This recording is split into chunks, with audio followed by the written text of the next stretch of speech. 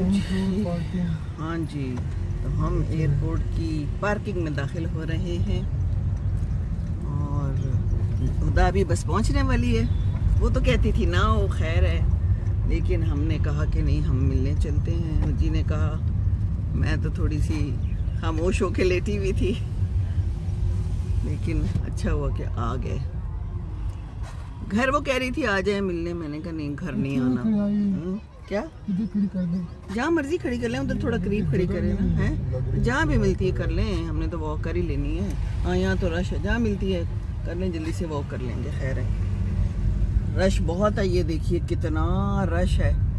तो जी कह रहे हैं दूर मिल जाए गाड़ी, जहाँ भी यहाँ भी जगह है जल्दी से चले जाएंगे। जॉगर्स तो पहने हुए, जॉगर्स के तो यही फ़वायद होते हैं कि फटाफट भाग के पहुँच जाओ जहाँ पहुँचना है। तो आप खड़ी कर ले जहाँ भी खड़ी करनी है, सामने तो एयरपोर्ट है।